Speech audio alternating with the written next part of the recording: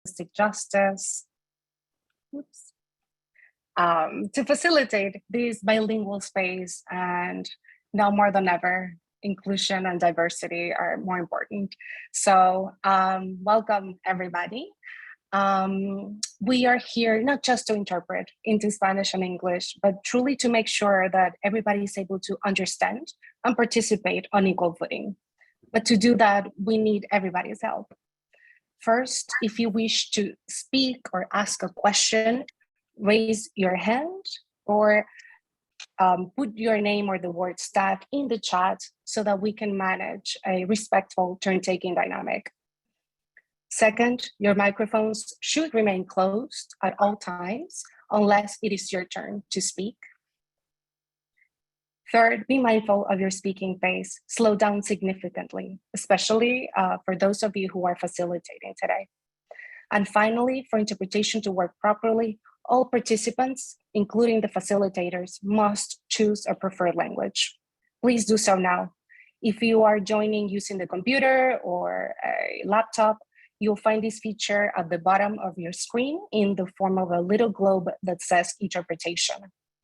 You will select your preferred language there, whether it's Spanish or English. Please do so now.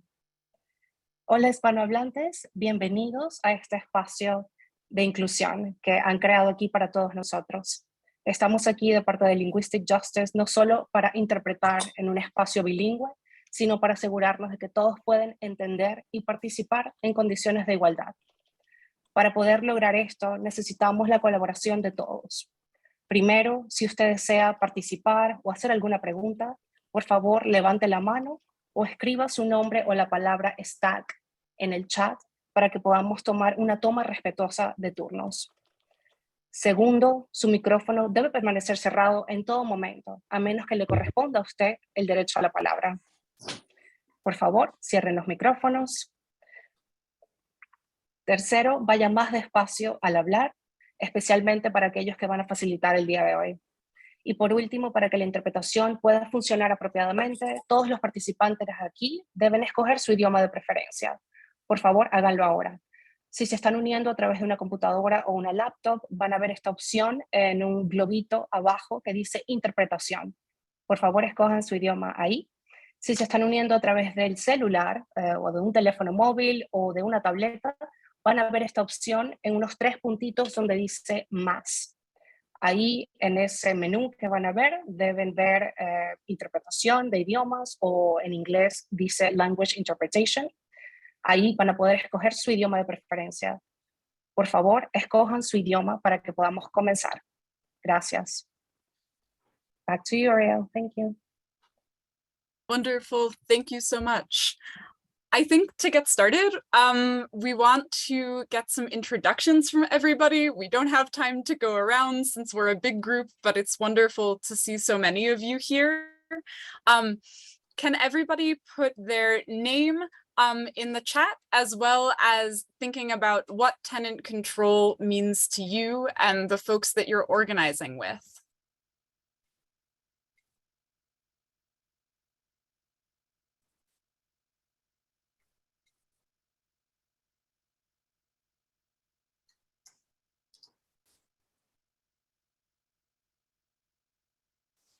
We'll give everybody a couple minutes to put their responses in the chat, and I would love to read a couple out before we get started. I see Chell here, I see Mildred Hernandez, I see Courtney from Push Buffalo. They say that it means minimally that tenants get to lead decision making. I see Liz from Tenants Taking Control. Welcome, welcome. It's so good to see so many of you here, and I'm really excited for what I think is going to be a really interesting and hopefully a really substantial conversation with tenants in New York City and DC, talking about Topa legislation and how tenants can take control of their buildings. Before we sort of get started and get moving, I want to maybe ground us a little bit in sort of the moment we're in. you know, this year was a tough year in Albany. The tenant movement lost. We were dealt a really catastrophic budget that did not include funding for housing, did not include TOPA, and included a lot of money for billionaire stadiums and incarcerating our neighbors, including, as well as, you know, we won a couple things. That 421A was repealed, but it seems like it still might be put back into place with another program. We also weren't able to win good cause and local efforts.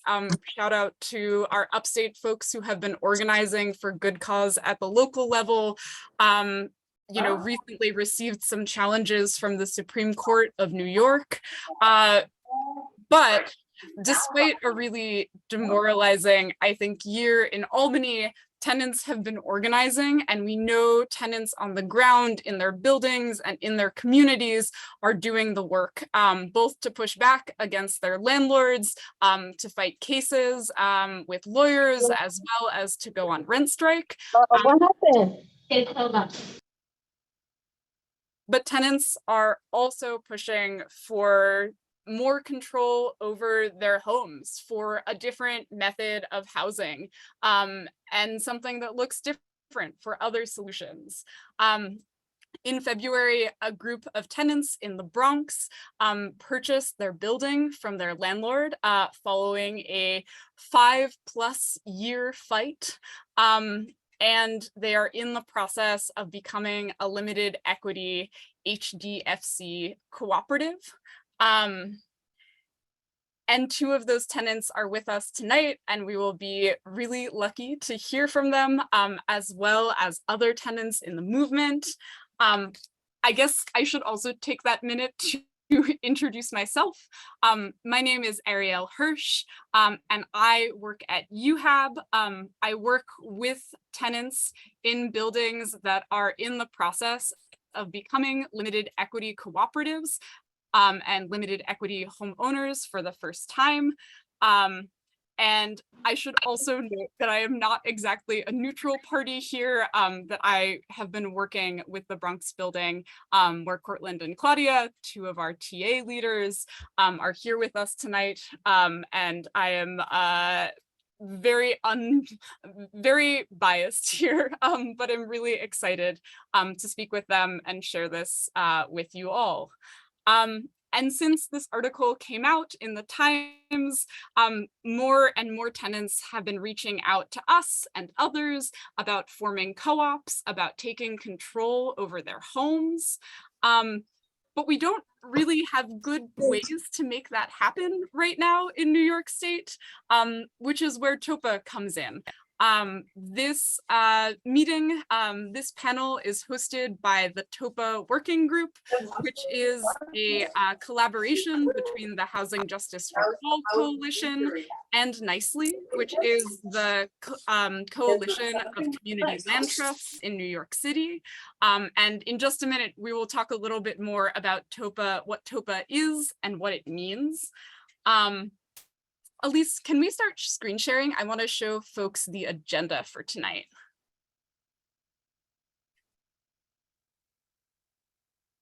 Thank you, thank you. Wonderful. So we're going to kick things off with an introduction to TOPA. I'm going to pass it over to Elise in just a minute. And then we will come back together for a panel discussion with Cortland and Claudia from 700 East 134th Street in the Bronx, Georgina with Tenants Taking Control in Manhattan, and Farouk, a tenant in DC who acquired his building with his neighbors through TOPA. And we'll have some time for a Q&A at the end from everyone in here with us. And just before we start, I also want to say thank you. It's really good to see everybody here. I'm really excited for this.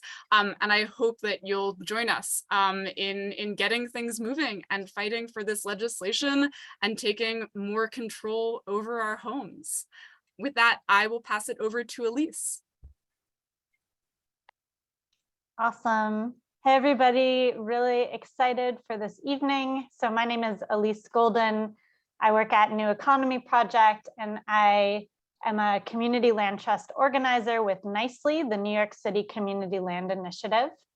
So yeah, before we start our panel, let's just understand together what is TOPA.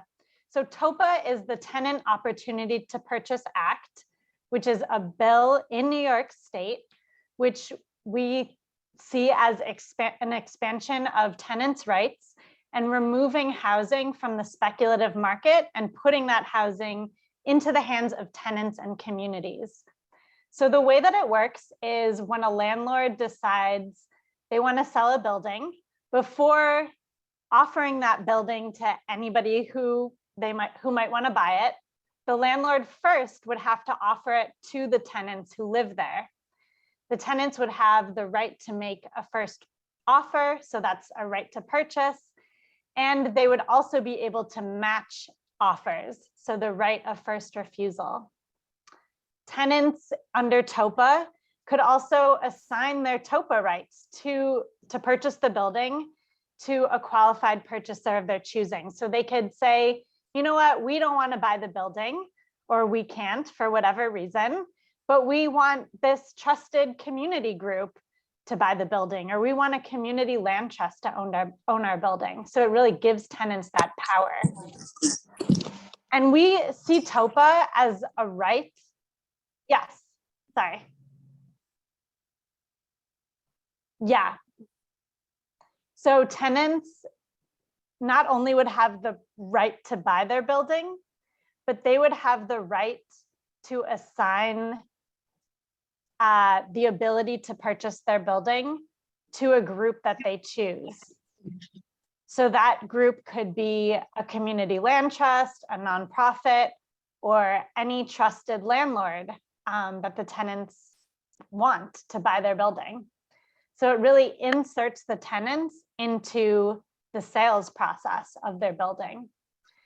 And we see TOPA as a right. So TOPA is not going to be perfect, but it is a right that gives tenants an ability to have more control over the future of their building.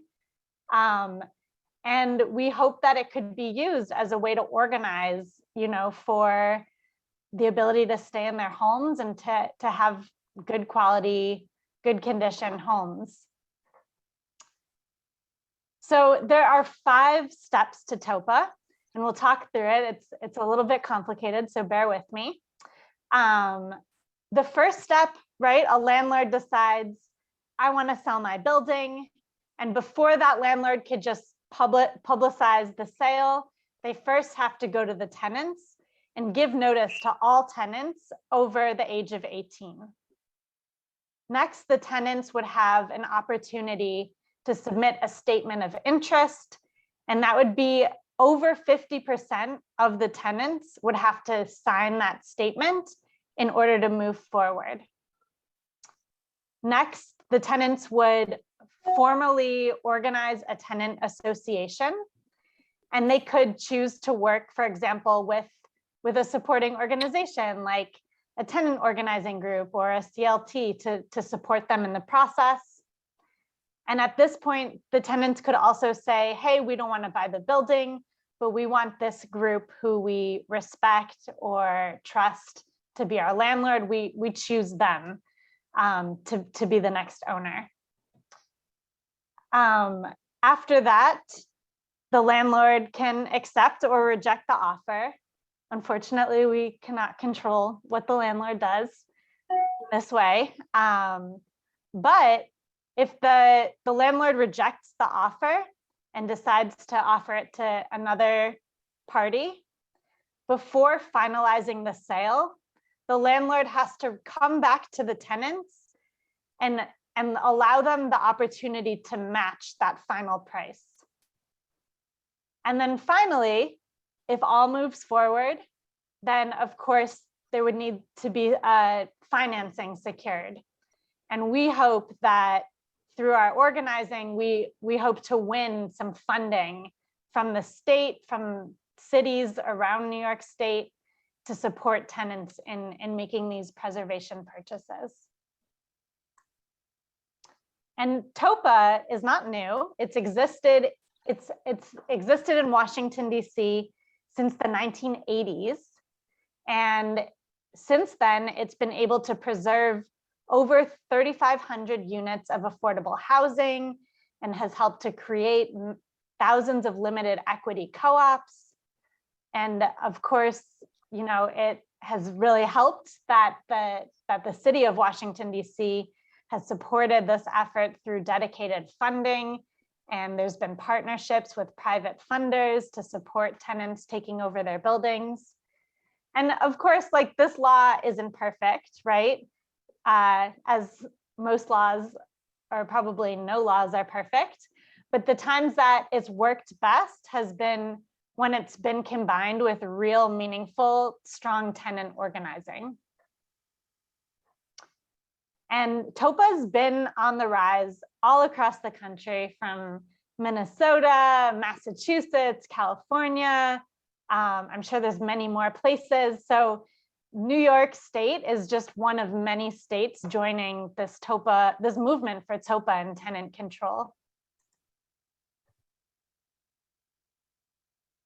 And we really want to emphasize that, you know, when we hear tenants buying their building, we think of homeownership and, you know, kind of the classic homeownership route. And we really want to emphasize that Topa would create many different types of social housing, right? Non-commodified housing.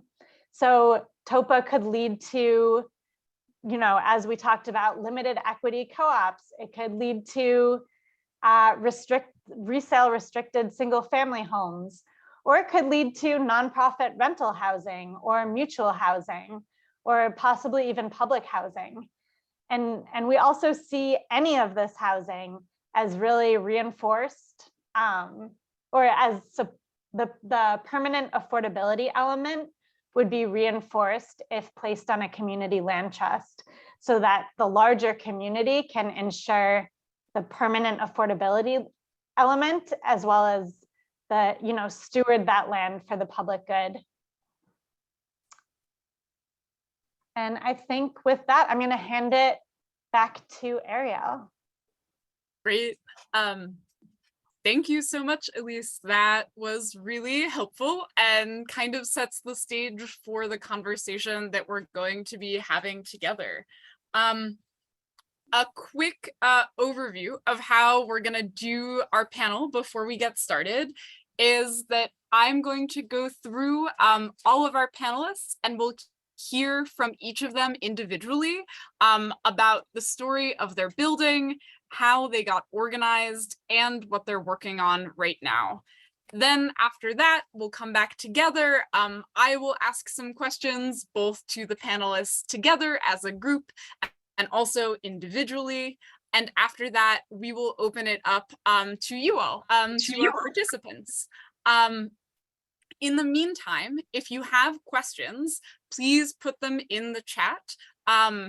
As Irene talked about earlier, and in the name of language justice, we are going to try to verbalize and speak out as much of what's in the chat as possible, so that everyone can hear and understand, and we're all on the same page together. So once we speak a little bit with the panelists, we'll come back and we'll open it up for a Q&A with everybody. And with that, I would like to formally introduce our panelists. We have,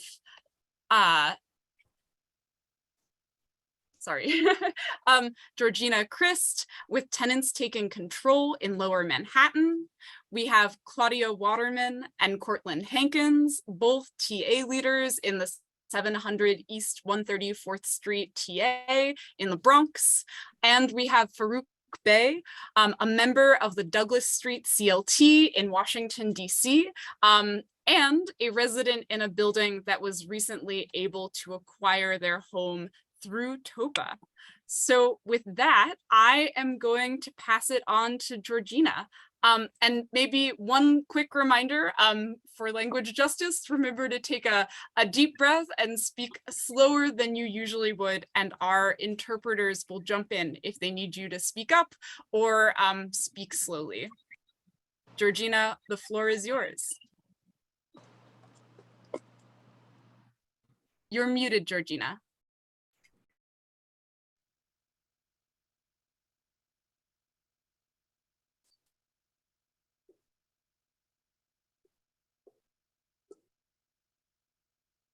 Am I still muted? We can hear you now. Okay, thank you. I am a member of a 15 building coalition, my building, and 15 buildings total, and we call ourselves Tenants Taking Control. And in 2015, we had our landlord sold our buildings to a person by the name of Arielle Toledano.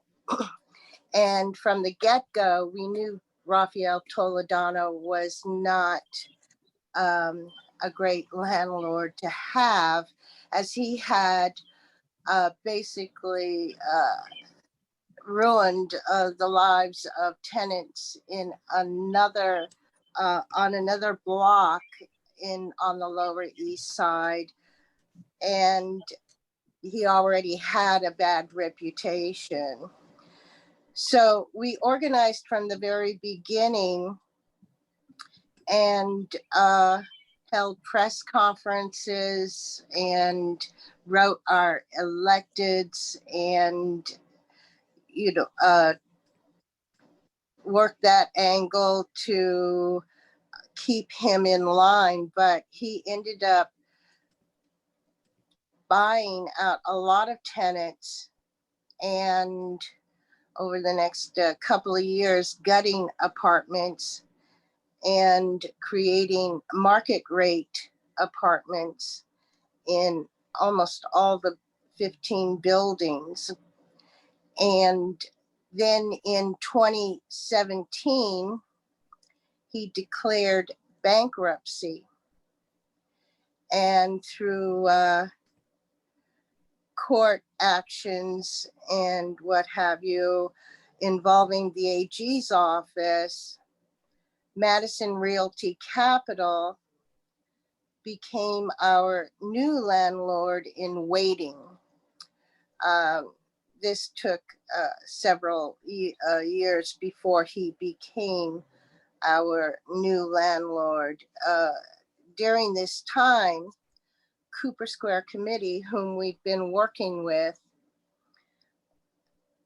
located a preservation buyer who was interested in purchasing our buildings for the asking price from Madison Realty Capital, but they turned them down and we were really disappointed.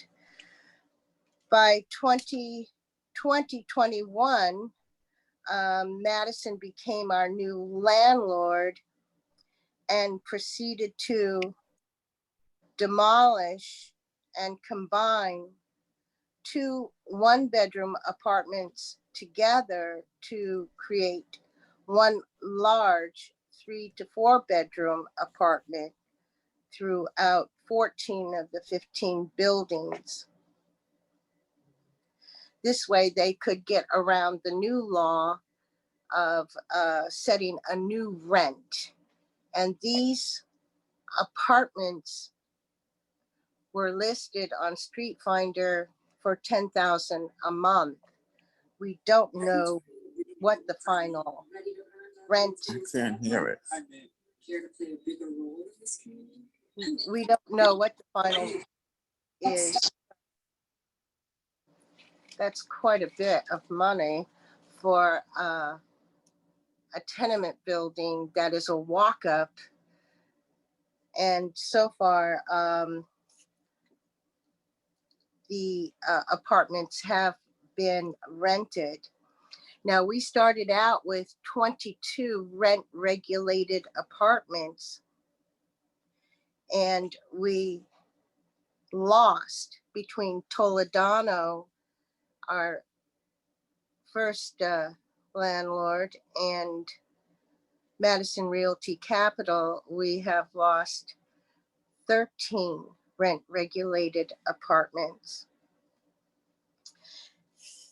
Out of the 257 apartments total in the 15 building portfolio, we have lost around 90 rent-regulated apartments. In my building, like I said, we had 22 rent-regulated apartments and we've lost 13. In our current condition, the combined apartments are rented, yet we still have 3 market rate apartments and 3 rent-regulated apartments that have not been rented for years. And there's a rumor that some of our buildings may be sold. Through the entire, like I said, we've been working on this since 2015. This all started. And with the demolition and the construction, and they worked fast and furious and did not take the precautions necessary to safeguard our health with all the EPA rules and OSHA rules for, using air scrubbers and making sure the doors were covered and what have you. So it's been a very trying time. And right now, since the buildings have been completed, basically, we're still in kind of a limbo. Right now, there are a number of us who have created a harms list that occurred to individual tenants, and we are seeking rent abatements for 4 months worth of rent abatements. And we've been working on that for a long time, and they just keep ignoring us. And so we've gone through Community Board 3 to draw attention to our plight, and all our electeds, and they have shown up at press conferences, and now we're seeking to meet with our city council person to see what they can do as well. Georgina, I'm sorry to cut you off, but maybe 30 seconds and we wrap up. I'm finished. Okay. Well, thank you so much for sharing. And I really feel so awful about the conditions that you and your neighbors have been through, but also am inspired to hear about the ways that you've been fighting back over such a long period of time. With that, maybe I can pass it over to Cortland and Claudia to speak for a little bit. Okay, Claudia, you want to start us off? Hello. Yeah, so how our building started was our previous landlord before our last landlord was filing bankruptcy and did not renew our leases and told us that everything will be okay once they sell the building. I believe it was like 2 years later, our last landlord bought the building and basically told everyone that he would raise the rent on a case-by-case basis. That's when one of the tenants started saying that the building is rent stabilized. And at first we didn't believe her, but when we started to come together and gather the information, we found out that it was rent stabilized. A few months later, we got a packet from DHCR stating that the landlord was trying to destabilize the building. So we decided to come together and see how we can fight this, even though at that point we didn't know how. And we come from diverse backgrounds, from teachers to a bar manager to a banker to a person who works in printing, just random stuff. But we were able to figure it out. And one of our tenant at the time, he was a freelance photographer at the New York Times. So he kept saying, oh, you know, I'll get a reporter at New York Times to do a story on us that will get us a lot of traction. So that was the first story was done in, was it 2019 was the first story, Cortland, or 2018? No, it was 18. I think might have even been 17. Okay.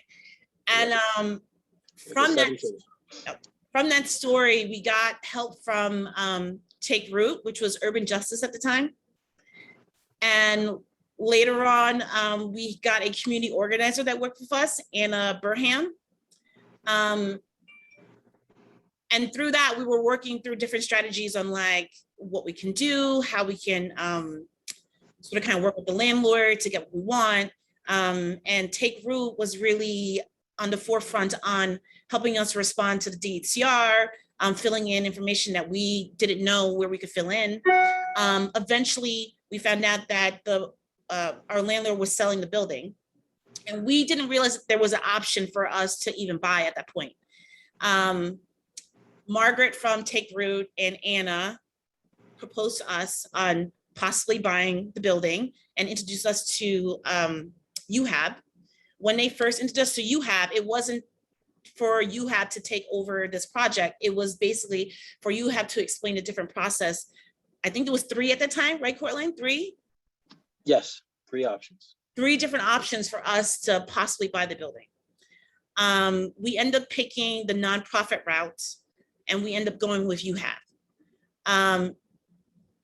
And I think it was 2019, late 2019, we were able to get some funding from the city. It wasn't enough. And then COVID happened and everything got wiped away. UHAB was able to find funding through another source. And we, throughout COVID, worked on a deal and eventually end up finalizing the deal and buying the building. I think we closed in February, early February, right, Arielle? So now, no more former landlord. Now we're in training doing co-op.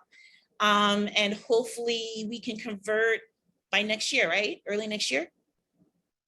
Do you want to say anything, Cortland? Because I kind of took over the whole conversation. No, and you noticed I said you started off because you are really good at the details and have been, if anyone doesn't know, Claudia and myself have been the co-leaders of our tenant association throughout this process. Claudia has been amazing at just being on top of everything and extremely detail oriented. And everything she said was right on point, but there was very challenging process. It wasn't like our landlord, our now former landlord, was cooperative, even wanted us to purchase the building. I mean, he basically fought us the whole way. Yeah. So it took, it really took a lot of, I think the words I want to use are belief. First, we had to believe before we even knew about the opportunity to become owners. We had to believe that we could do something to protect our stability, our quality of life. Because when the new landlord came in, he came in very nice, nicest guy in the world in terms of presentation and how he spoke to you. But the bottom line was, he wasn't shy about saying he was going to, his goal was to raise our rents, and some of us up to 50%, to where it was going to be not affordable for the majority of us. So of course, you know, that's panic time in terms of like, how are we going to continue to live have any sort of level of comfort in terms of, you know, our living situation. And many of us were having that feeling. So we came together. That was the only thing we could do. We didn't have any knowledge of anything else. And by coming together and doing it consistently, we believed that we could do something. Had no clue what it could be, but we believed that we could do something. And I think that's, a very, very critical in terms of, tenants who are in situations that, maybe less stable, maybe negligent landlords. It's about coming together and believing that you can do something. You may not know exactly what it is, but that you can do something to make your situation better. So throughout that process, you have to commit to it, and we committed. And as everything that Claudia mentioned, all the steps that happened were all piece by piece, because we continue to come together consistently. We continue to commit. We continue to respect one another as individuals and as tenants. Even, this is a human process, even throughout times where there's differences, throughout times when there's, you may not be getting along, one tenant with another, and this, that, and the third. Like, all this goes on, and it makes it very, very difficult, to really sustain the organization and goals for the long haul. But we were able to do it, and that's a testament to, to all of us that came together and stuck to it. And we were able to attract, if you will, all of the outside help that most of us, I would probably say all of us, didn't know anything about. We never heard of a UHAB.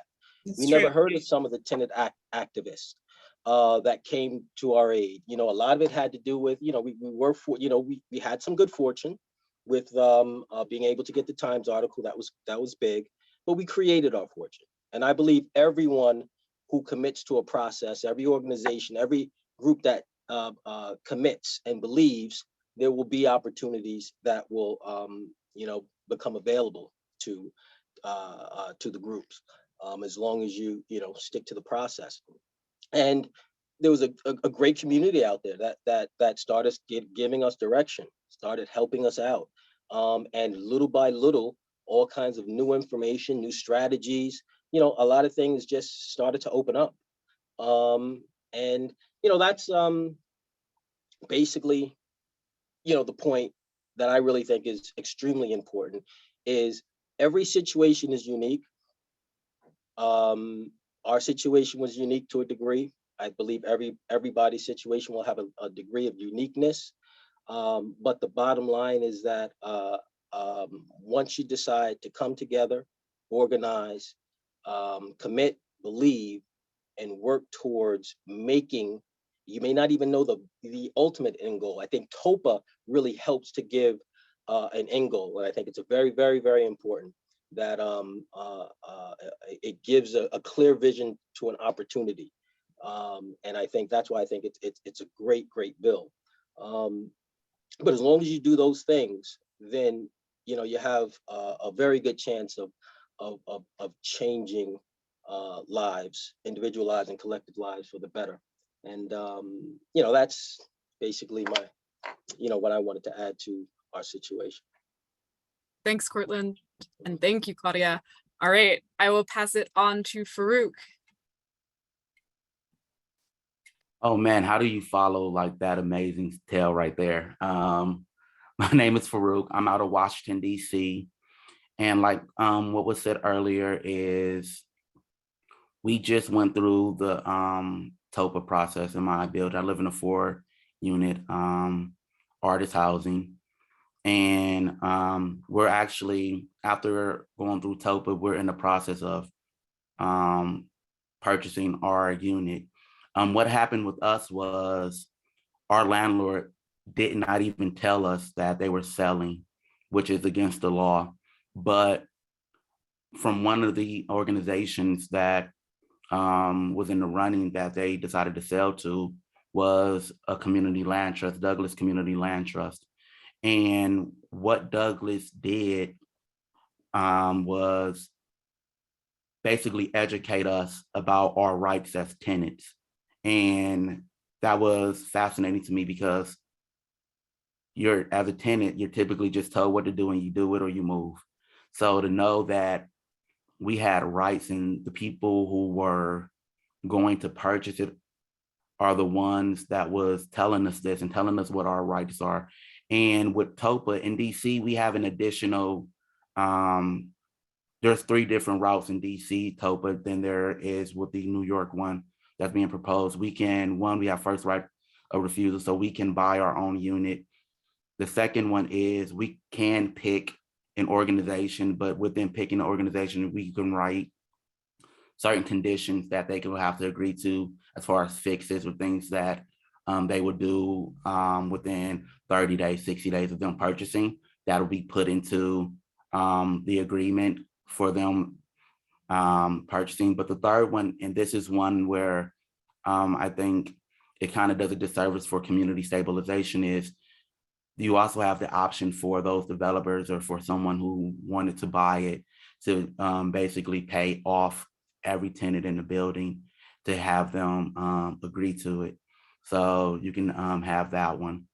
But during this process, what Douglas Community Land Trust and it was purchased in alignment with MICASA, both community-based organizations that want to keep people that's lived in the community, in that community with ownership.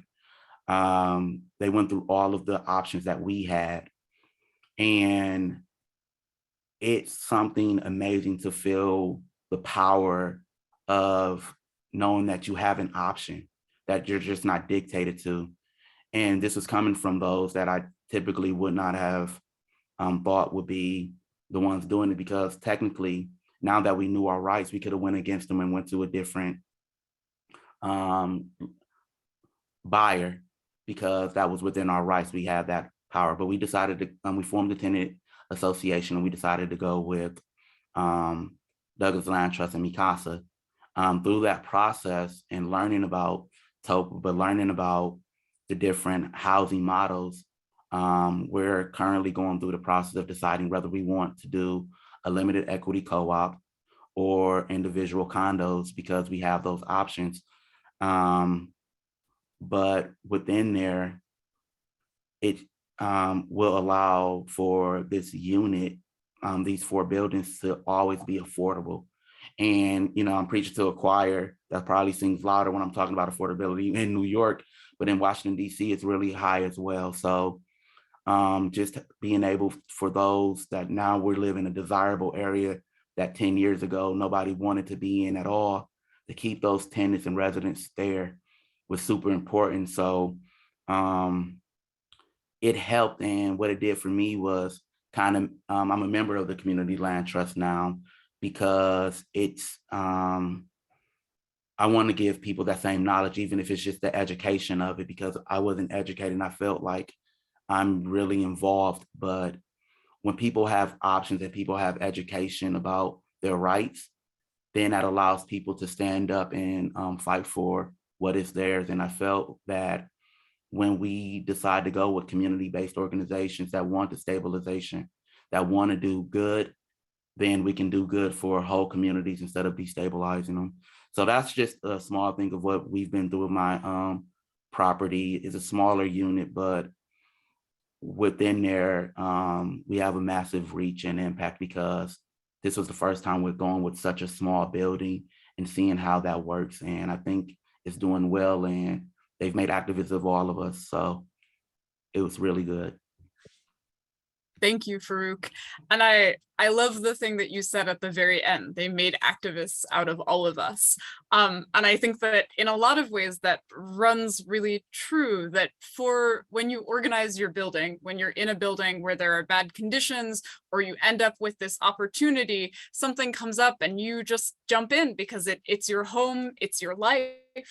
And I think what I want to ask, and I would love to hear from all of you, is that process of organizing your building. I think there are a lot of tenants on the line here who are perhaps getting organized for the first time, or thinking about how to deepen their fight.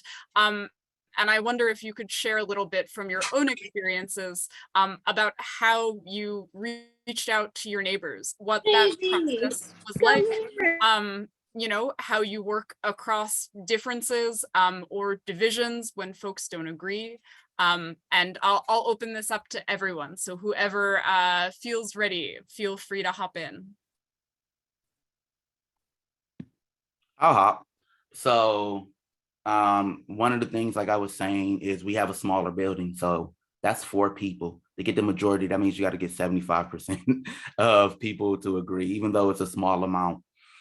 But being that it's a small building, we all have an individual relationship with each other, because we were dealing with the property management company that really kind of forgot about us in a sense. So, you know, I was the resident maintenance man, or someone else would be the person who watched the dog. So we have a personal relationship.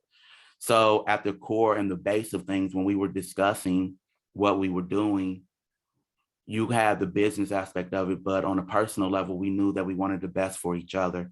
So we were able to kind of get through the ideas of what people say, what home ownership looks like or what it should be, and just talk about what would be best for what we're doing. Like, we were already in a great situation, in being that we had lower rents because we were artists. So being an artist housing, it was subsidized in a way from the property manager, so good for them. But, you know, and wanting to keep it that way and to keep it affordable for next generations and stuff, for if we move out, not having to pull out all the equity that's in it. So, you know, just trying to decide what's best for not just us, but what's best for those that may come the same way we did when we didn't have options, when we didn't have financial availability to do much more, I think was really important. And there's something to say about organizations that come in and tell you, hey, you can go against us, and be honest about that, but saying, but we think we are the better option because of this, and then to follow through with it. It just gets a trust in them that's hard to go against. So, you know, just being honest with people, but also giving them the ability to make their own decisions. And hopefully they make the right ones, I think was always something that was good for us.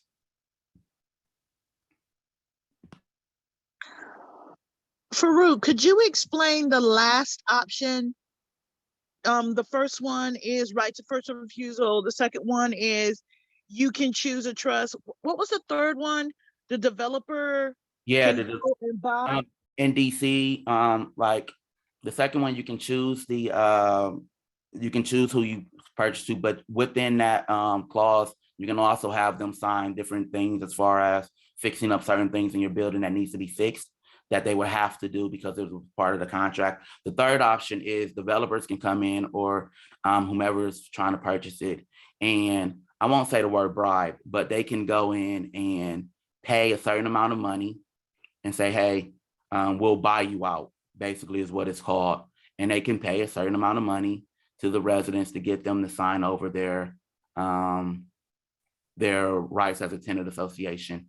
I think that's, you know, I think having that option creates some form of destabilization, because once it's out of the hands of an organization or of the tenants itself, there is no safeguards to it. And for a building like mine, which is only 4 people, that's a small check depending on the developer. And then it's moved out, and those people that's been in that community are no longer in that community. So, you know, I'm actually not having that option in the New York one, I think is really good for keeping people satisfied, in their communities, and keeping that community stabilized and not displaced. Thanks. Thank you. And yeah, just a note for folks in the audience that we're gonna take questions at the end. So just to hold those for now, or please put them in the chat, although I think that was a good clarification. Cortland, Claudia, Georgina, I would like to hear from you about what it was like to organize with your neighbors. So for us, it was a little different, because I think in New York, I think people are used to not really talking to their neighbors sometimes. But before all of this happened, all of our neighbors knew each other. We all hung out with each other. Whether it was like a few people here, a few people there, people knew who their kids were. We know our neighbors down the block. So it wasn't like it was a whole bunch of strangers coming together. It was people who were already hanging out together, decided to come together to do this. Now, did we have disagreements? Yes.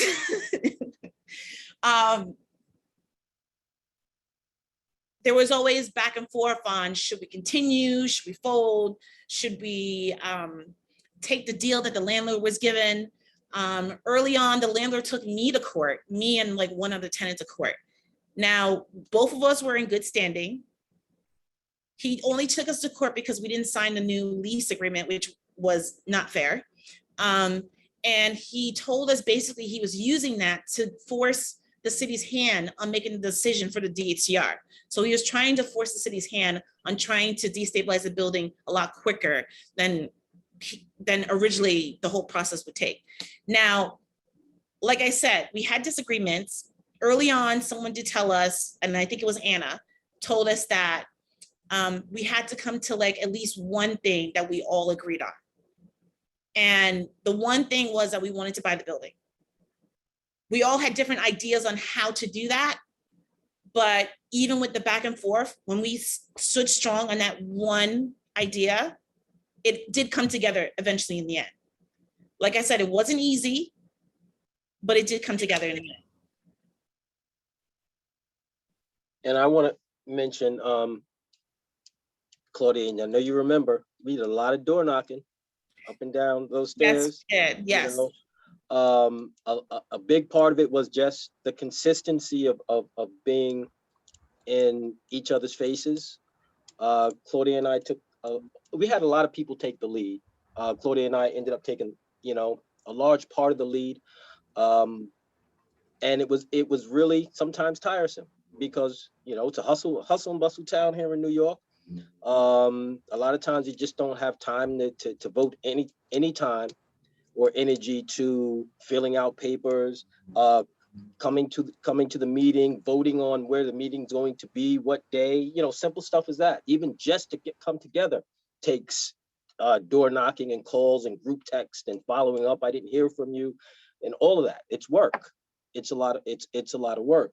So we consistently did a lot of that, and we really didn't let one another lag. So Claudia was on me, I was on Claudia, you know, a few of the other tenants, all the same way. Like, listen, we got to stay on top of this. If we don't get an answer as to when we're going to meet, when our next meeting is, we won't have a next meeting. Corlin, I forgot about the pamphlets that we made. Oh, there's a lot of stuff. There's a lot of stuff. The visits to DHCR, the Department of Buildings, all that stuff. There's a whole lot. So when we were trying to like convince everyone to buy the building, because a lot of people were still like hesitant, me and Corlin took all the information we had from UHAB.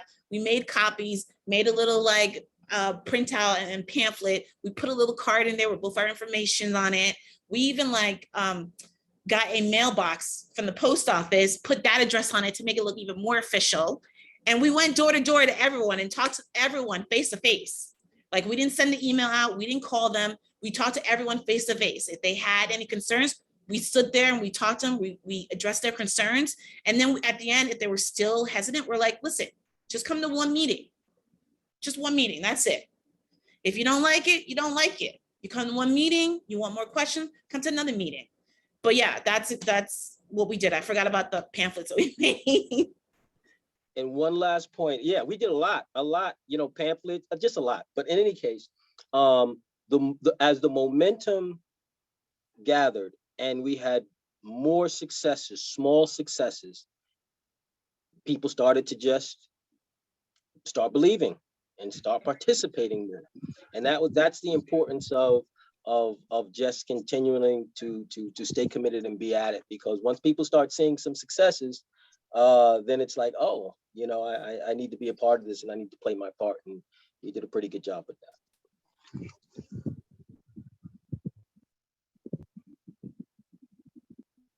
Georgina, you're muted, but we do want to hear from you. In our situation, when Toledano came in as our landlord, he immediately started buying out tenants, and in my building, there were two women. One was pregnant and the other one had a young daughter. And with the construction dust, demolition dust, I should say, and bed bugs, they opted to leave the building. And so we lost. Right now, we only have the 6 original tenants left in the building. Prior to that, you know, the majority of the tenants had been living here for years, but they couldn't get repairs from Toledano. My apartment was flooded twice with Toledano because the contractor did not check a sewer line that hadn't been used in over 50 years before attaching the kitchen sinks to it in the building. And unfortunately, it was cracked in various places and I ended up getting flooded. So,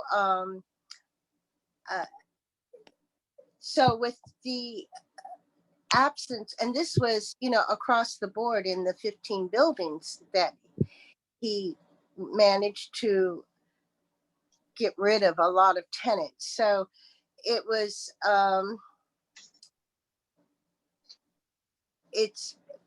now that we have new tenants,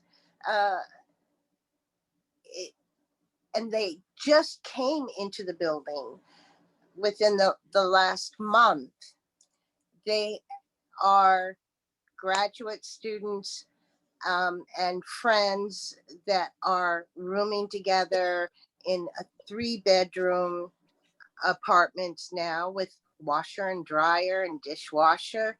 And so they have their own little pods of friends. It's hard to, I find, to break through that veneer. So, you know, it's like starting all over again. And knowing what I know now through the experience that we've gone through,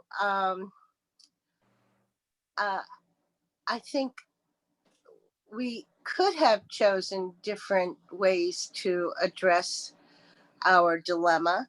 But, you know, hindsight is hindsight, you know.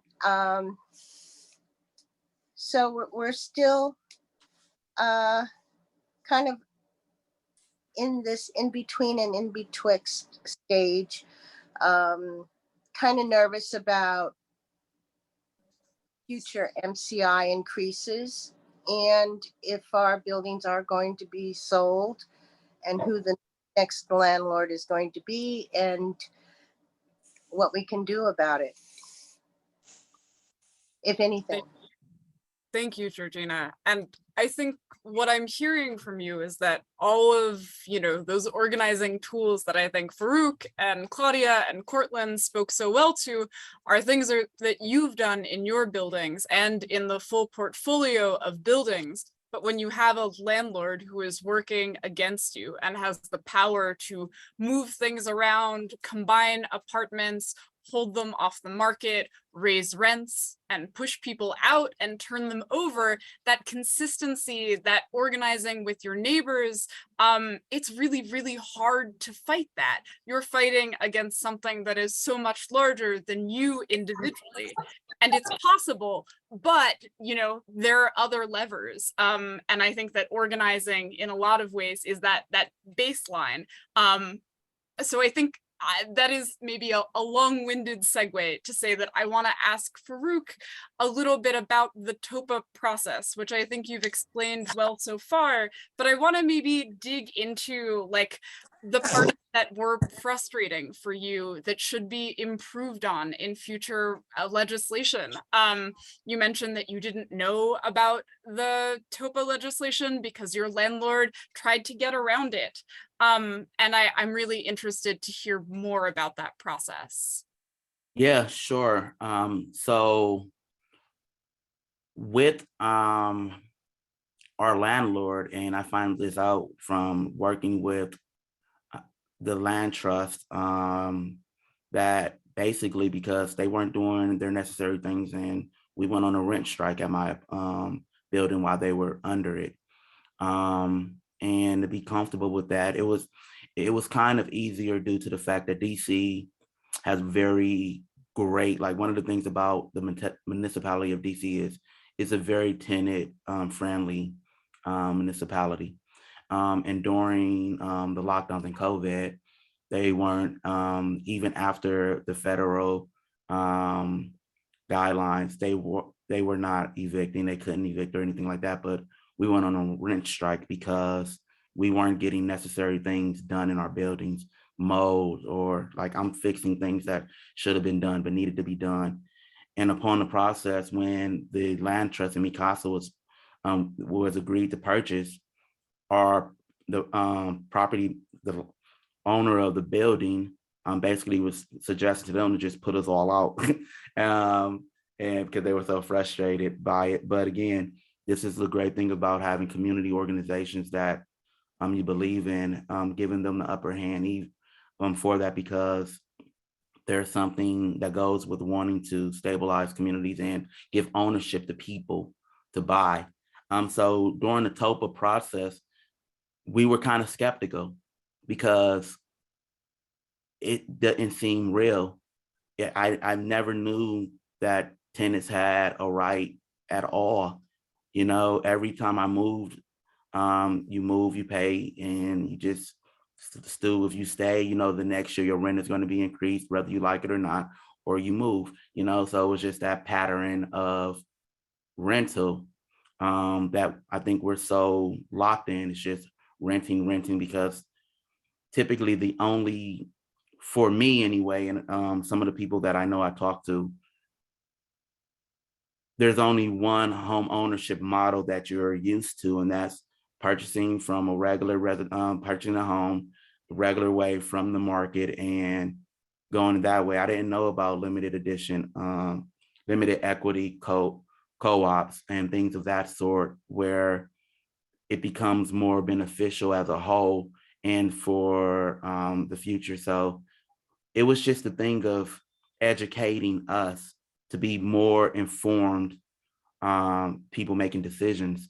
And I think that's the main thing that we need to do, is not tell people what to do, but to educate them, because once the education is out there, I don't know too many people that would go against something like this, because it may not be the best model for 10% of the populace, but on the most part, it benefits every single person that would actually need help. So it's the knowledge of it, and it'll come in an honest way and educated way. And I think that is the reason why I have such a, like now I do activism, like I organize at different smaller communities that are associated with the land trust, because of the profound effect it had on me and my life, and the ability that I have now. I'm going to be a homeowner in Washington, D.C. when I couldn't think of having that, maybe not even 7-8 months ago. So imagine more people have that option and have that passion for it, just from the education of having people go through the process. So I think one of the things is with us, it was just educating us and allowing us to make the best decision for us without thinking about what if we do something that upsets management, will they kick us out? It was like, no, they can't kick us out. So let's do the best thing for us. And I think that's why Topa is so important, because you know your rights and you know what it is that you can do. Thank you. Yeah, that reminds me that I do also want to ask Cortland and Claudia, you chose the limited equity co-op model. It wasn't the only model that was sort of an option and out there. And I'm interested to hear, maybe both personally and also, you know, for your building, for your neighbors, what was appealing to you about it and what it means, I guess, to be working towards that model.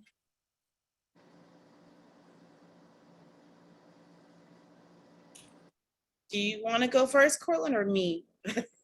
Well, I don't mind going first. I don't, at this point, I don't even remember all the details of the of the other options. I just know the major attractiveness for what we chose was affordability and stability. Being able to come together collectively, be collective owners, and afford to stay for the long haul without worrying about somebody coming in and raising rents past what we could afford. And that's what the option came down to me. And like I said, I don't remember all the details of the other options. This might be a while ago, so maybe you can pick up on that, Courtney. I have to say, I don't think I remember the full details of that option either, because this was back in 2019.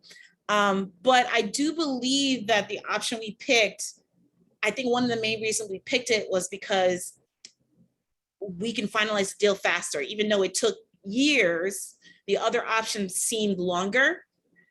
And we didn't know how much time that we had. Our neighborhood is being gentrified very quickly, very quickly. And we didn't know how much time that we had to afford the actual building that we're living in because of how much development that it's going around in our neighborhood currently.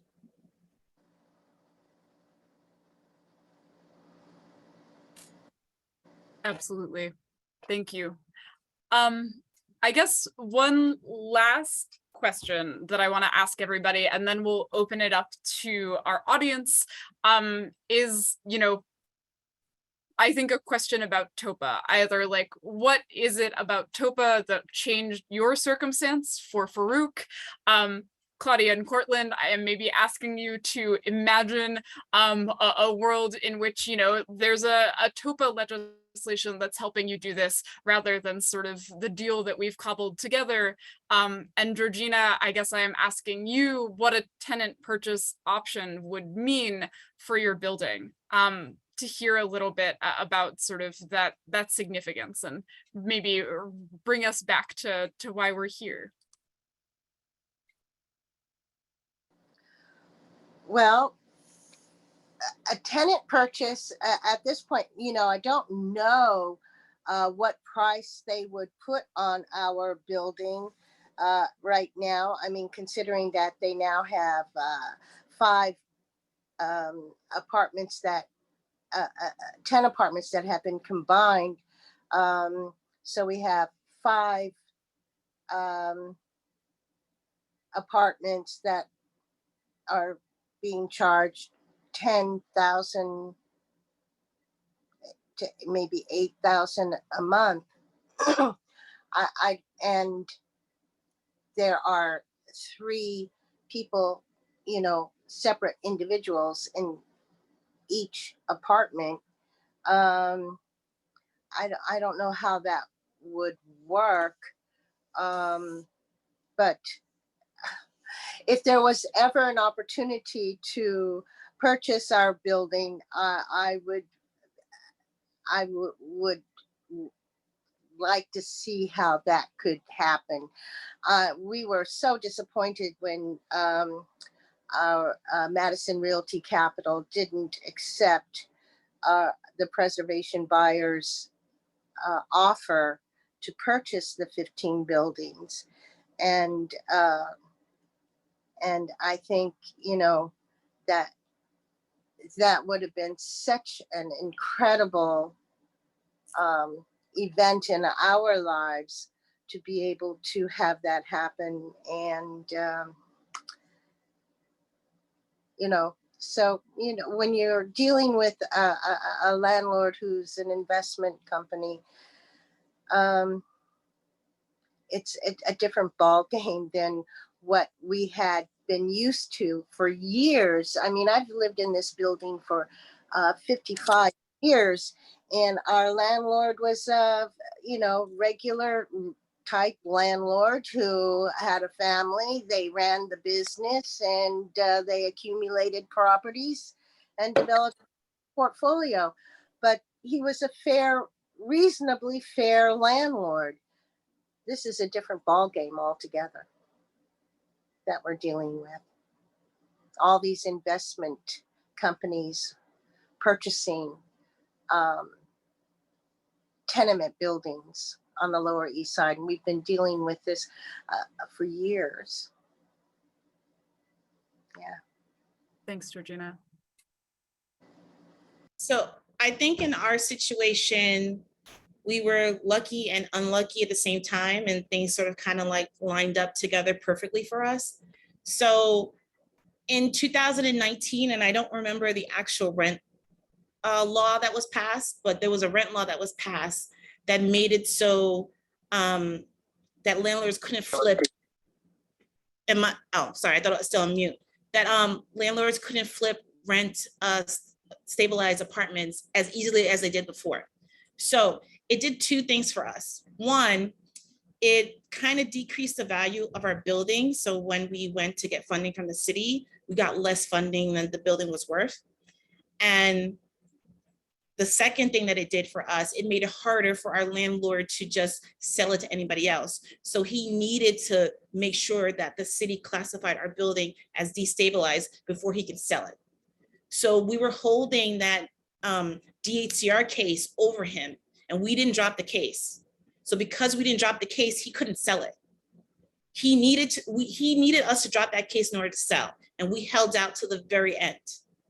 So that was one thing that we leveraged, that we had in our power, that we can control. So I know not everyone is put in that situation, and I wish there was more control for tenants to buy their building. So I do hope and pray that this Topa bill does pass, because I do think when tenants in the community come together and control their situation, whether it's the living situation or sanitation or food, it helps. Oh, sorry. When I get excited, I talk really fast. Do you need me to repeat anything?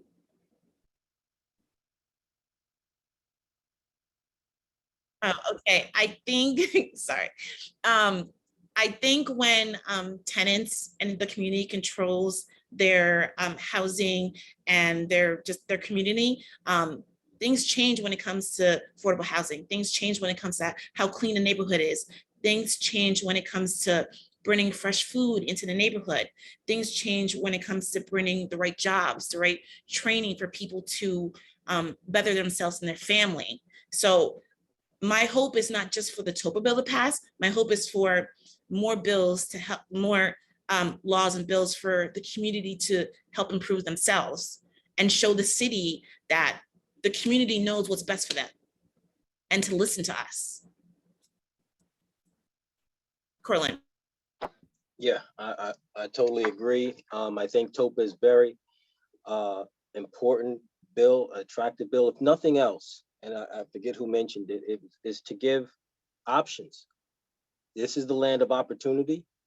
Within Topa is opportunity. You know, it may not be for every tenant association or every building, but who's, as Farouk said, you know, what population is not going to want the option? And then to know about the option, then reshapes your thinking. Oh, I do have opportunity. We do have opportunities to be owners. Now we can organize with a certain goal. Now we can speak to the landlord as a group of business people that have an opportunity to go and make a negotiation with the landlords. It may give landlords more options, you know, current owners more options to say, hey, you know what? It may be a good idea for us to maybe worth my while and beneficial to me as a landlord, hey, to sit down with this TA, with these, you know, group of tenants and see what we can work out. You know, it doesn't always have to be a tug of war or a type of situation that is adversarial, if you will. So I think this bill, this Topa bill and legislation, just I'm newly working in the political arena for the Bronx Borough President's office, and you know, I hear the word reimagine, and it's a popular word, but the truth of the matter is, that word reimagine, it helps us as people reimagine how we see ourselves in terms of housing is concerned. I grew up where, hey, I'm a renter. There's one landlord and everybody else is a renter in all these buildings. That's the mentality I've always had. That's how I was conditioned. That's what I was used to. And I think I'm not the only one. I think there's a large population that feels that way. So it starts to shift the consciousness, and it puts more power into the people's hands. Simple as that. And I think that option needs to be. It's important that that option is on the table. And I don't really know what the downside would be.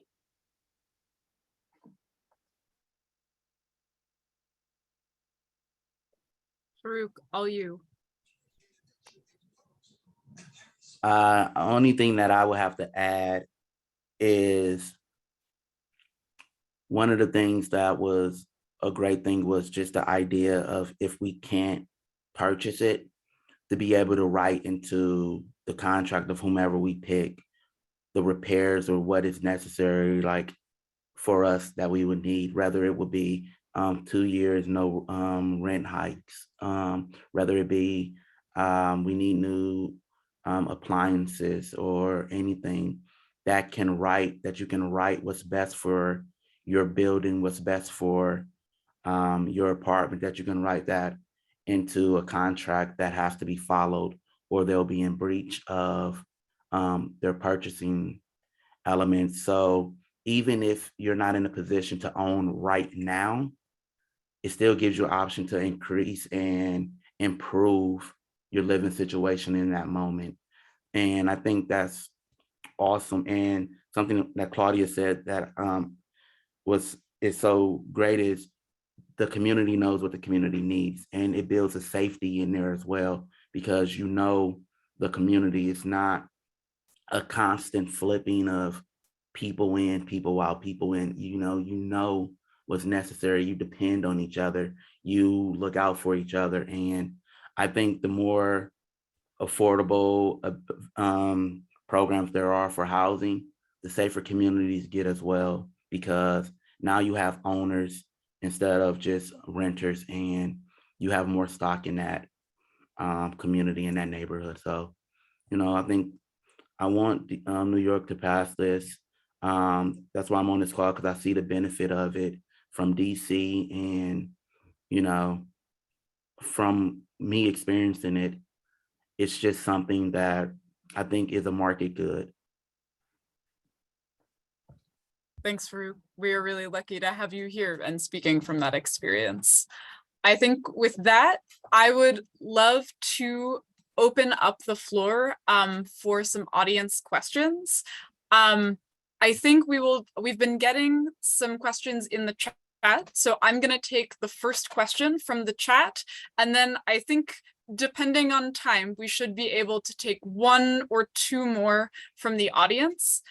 If you would like to ask a question to the panelists, please raise your hand in Zoom, and we will call on folks. All right. The first question, which is really 2 questions in the chat that I think go together really well, is from 117-127 West 141st Street, asking, how do we do this outside of capitalism? How do we force slumlords to sell their buildings to tenants? How can low-income tenants come up with the money? And I think a similar question from Soad Mana, I hope I am pronouncing that correctly. I'm sorry if not. For Cortland and Claudia specifically, what was it that the tenants were given the opportunity to purchase the building, given that the landlord was not initially cooperative? I think maybe this question is asking how did you change their minds under inhospitable conditions? How do we change the other tenants' minds or the landlord? The landlord. Oh, well, I actually think he was backed into a corner, basically, because he was saying no to the very last minute, like the very last minute. And he kept saying, show me the funding. And even when we did, he still was saying no. but the DCR case was the thing that was holding it back from him from selling it to anyone. He even at one point got another developer in the middle of us negotiating to contact us to try to convince us to drop the case so that developer can buy the building. And we still said no. So, you know, so the DCR case was definitely the thing that was forced his hand.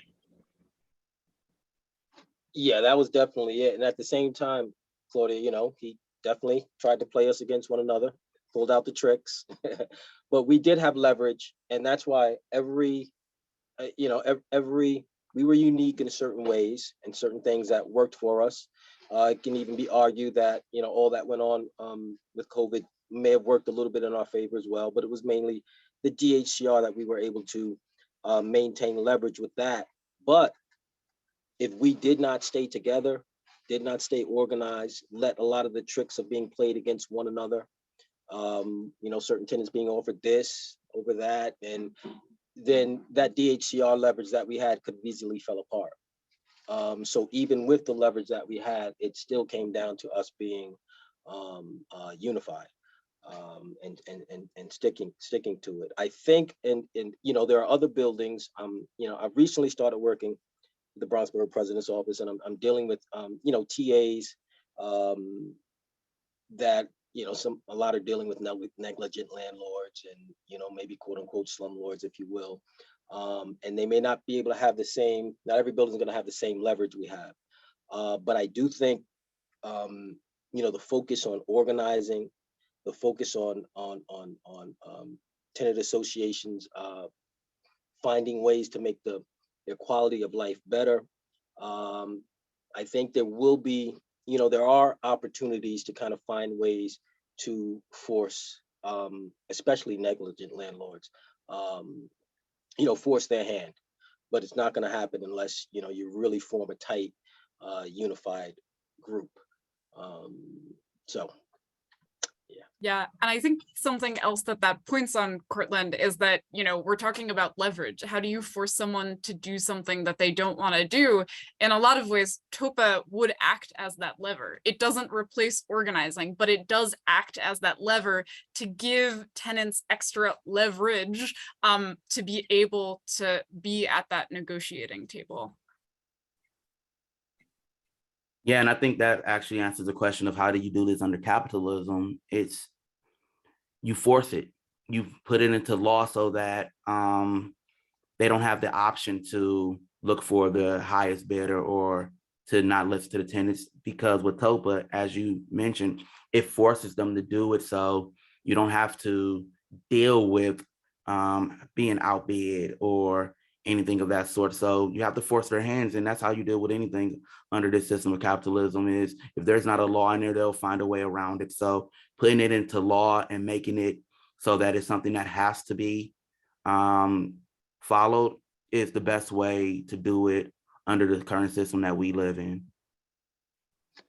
And can I say something to that point, really quick? This forcing of the hand, and with that being said, then, you know, I'm more and more behind Topa based on our experience, the experience that we had, and the experience, and you know, more that I'm learning.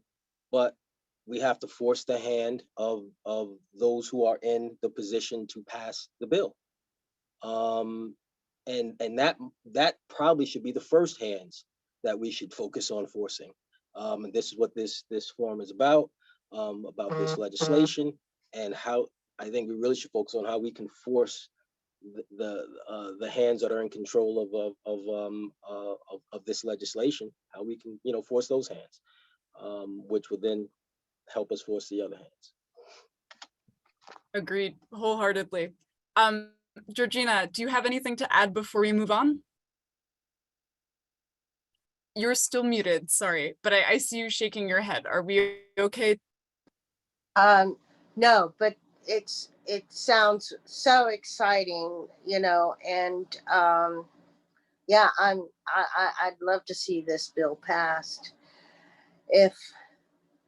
so that other buildings, if not ours, can take advantage of it.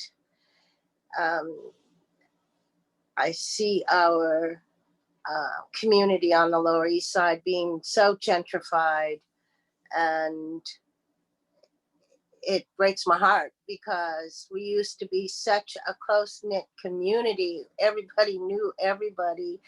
We used to sit on our stoops, you know, and slowly the environment has changed so dramatically.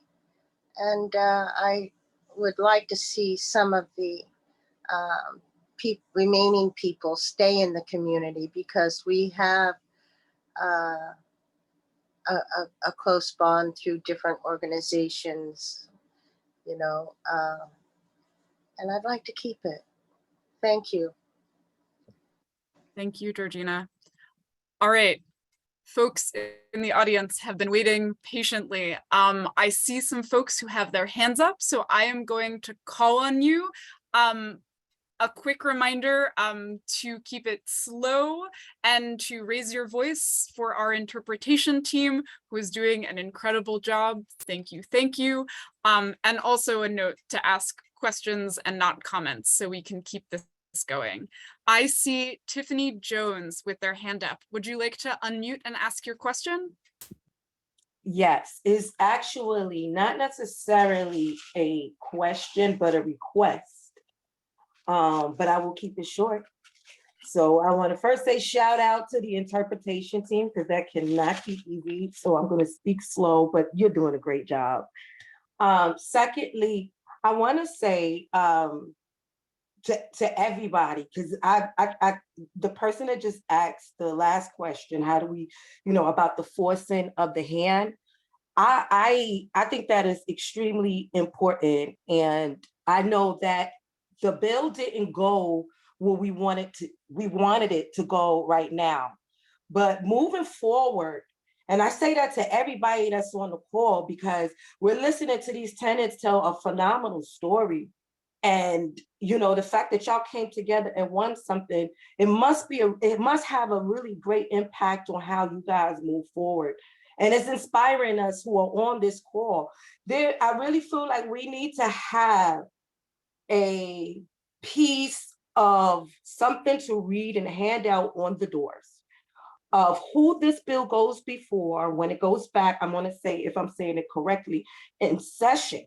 And what we need to do is organize days in our building. My tenant is on, she just left the call because she had things to do at Spofford.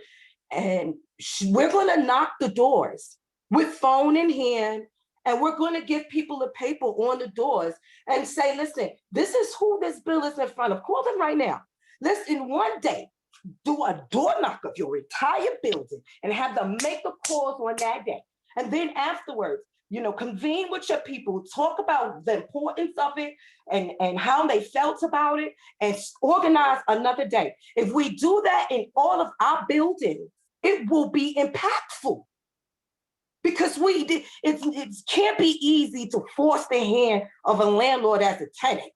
But it feels damn good when you have a law before you that you can force your state to be accountable to and enforce. And it makes your life easy. And then so I want to just ask people to do that in the coalition, to think about, let's starting that off like a kicker. As soon as they walk in the office, let's flood their office with calls. And then secondly, I want to ask that you do a call, because they talked about the hard work that went into getting their, buying their buildings. Let's have a conversation too about what that looks like afterwards, after the fact. Because realistically, and this is what I told my team, realistically, you have to say that now that this is your building, you own this, you are responsible for this. We want to know what are the ups, the downs, some things that we should think about. So people are not just saying, yeah, let's go buy our building. Let's also think about the importance of organizing and what is it going to take for you to maintain your own building. So shout out to y'all and y'all story. And I just wanted to just put that out there. Thank you. Thank you so much, Tiffany. What amazing energy. And I'm really excited to have you in the fight. I hope we will see you at working group meetings. And I think you are doing our jobs for us, that we're going to make an announcement at the end at how to plug people in. But if we could do all that, we would be very far in the right direction. I'll stop there. Can I just say one thing to Tiffany? Can you hear me? Sorry. Just so you know, not everyone is comfortable calling a representative. So also be aware of that. In our building, maybe like 2 or 3 people were comfortable and actually physically calling a representative. So when we got like a script to say, to whatever was, when we got a script on what we needed to say, instead of calling, I suggested people to email instead. And a lot more people were comfortable doing that than physically calling. And on top of that, I also created almost like a little pamphlet about our building, another pamphlet about our building for them to attach to the email. I know you're laughing at me, I see you laughing.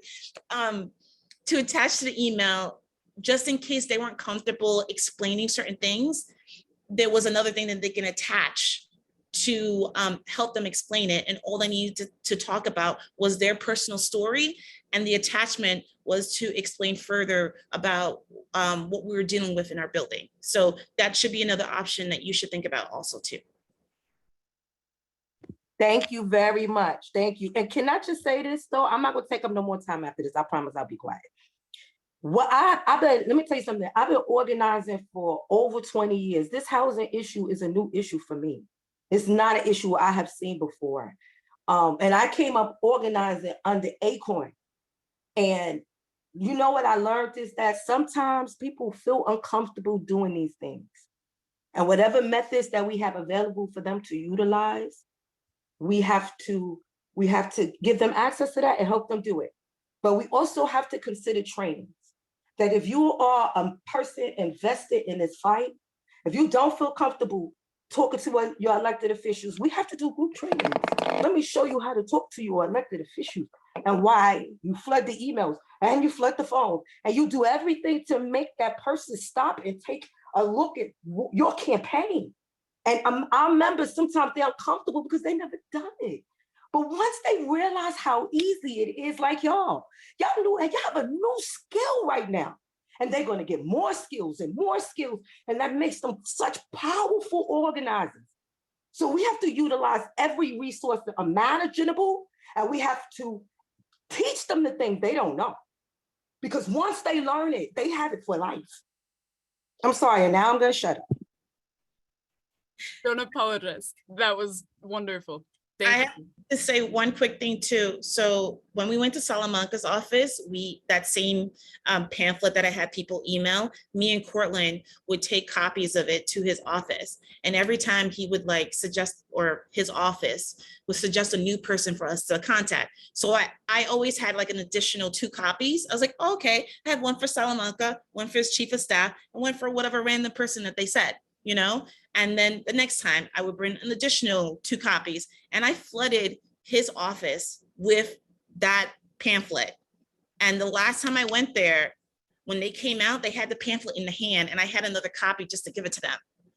So not just flood their emails, flood their whole office with your building information, flood their fax machines, flood their phones, flood everything. Love that. Yes. All right, I think we can take one last question. I see a hand raised from TANCPM.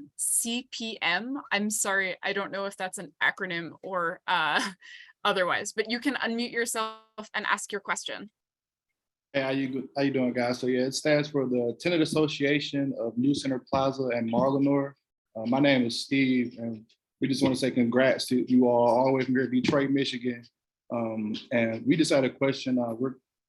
We've got some interest in forming an LEHC, limited equity co-op, and we're trying to figure out what are some of the strategies or things you guys use to try and force the owner to sell you guys the building. Thanks. I'm glad you could make it. Thank you.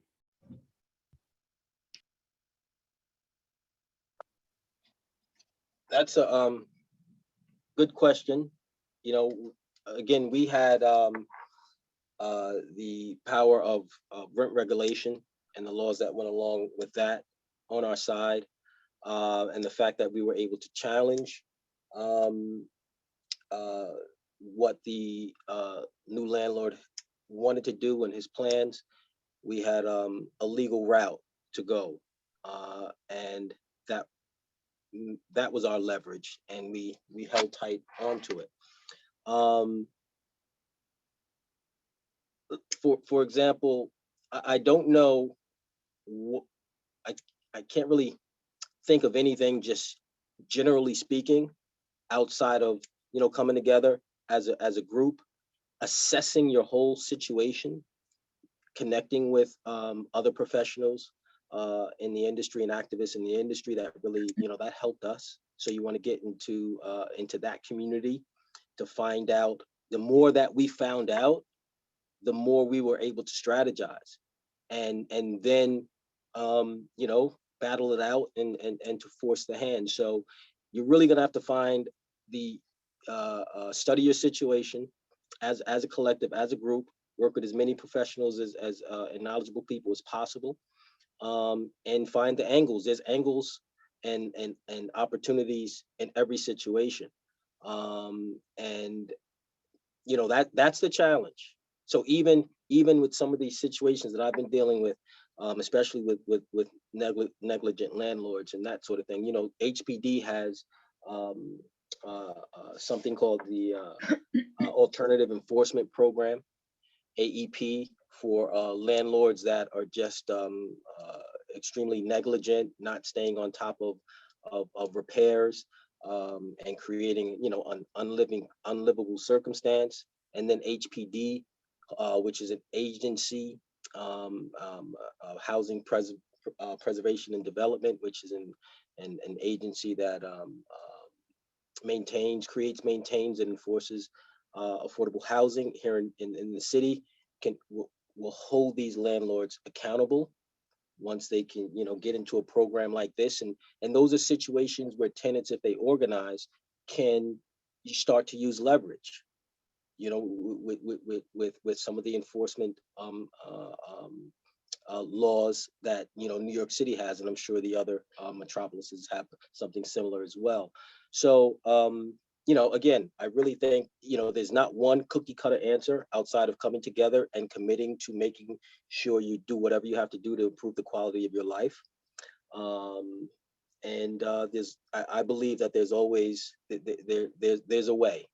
There's a way. You can force the landlords their hand in some way, shape, or form. It may not be the ultimate prize, but it will be a prize in terms of improving the quality of life and the you know, hopefully, and if Topa's in effect, you know, that's just always another tool and a great option.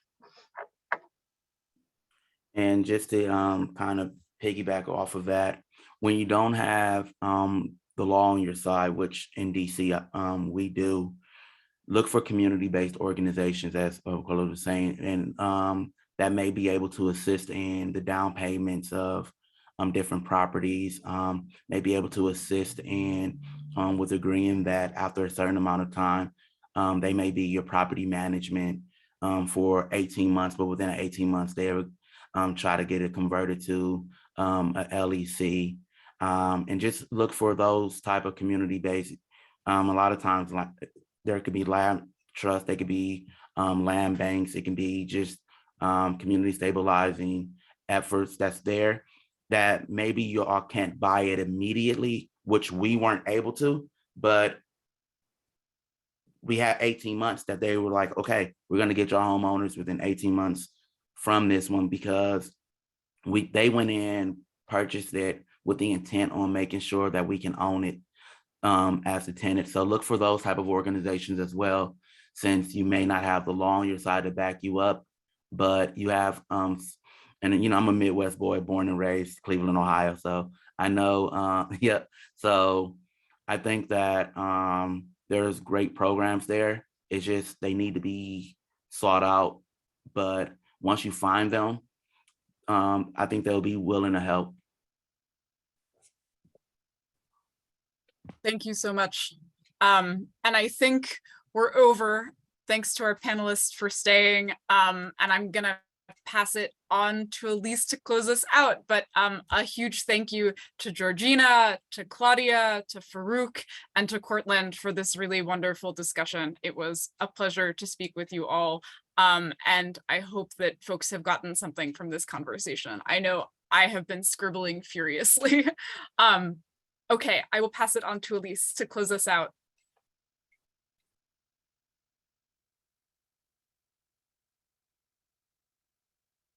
Awesome. So thank you all. It's so wonderful to see such enthusiasm for TOPA. So let's get together and make it happen. So first, we just want to say, organize your buildings, right? Force your landlord's hands, make it happen, put demands on your landlords, meet with your neighbors, and work to take control of your building, whether it's for you or for a community land trust or another nonprofit entity. Let's make it happen. We also want to invite you to invite us, the TOPA working group, to present at your community group meeting or your tenant meeting so we can spread the word about TOPA. Hold a meeting with your local assembly member or your state senator and let them know that they need to support TOPA. And finally, I put it in the chat, please email me. We're also gonna follow up with my email, but join us at the TOPA working group meetings. We meet every other Wednesday evening at 6 p.m. on Zoom, and we would love for you and your neighbors to join us so we can build power and win TOPA. So with that, I think we're gonna close out, but thank you all so much for coming. If you have any questions, email myself, email Arielle, or any of the panelists who shared their emails. And we hope to see you soon and in the fight for TOPA and tenants' rights in general.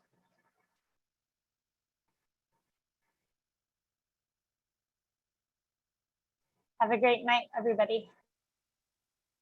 Thank you so much. Thank you. Thank you. Good night. Good night. Good night, all. Thanks, everyone. Thank you all. Thanks for the invite. Thank you for inviting me. Bye.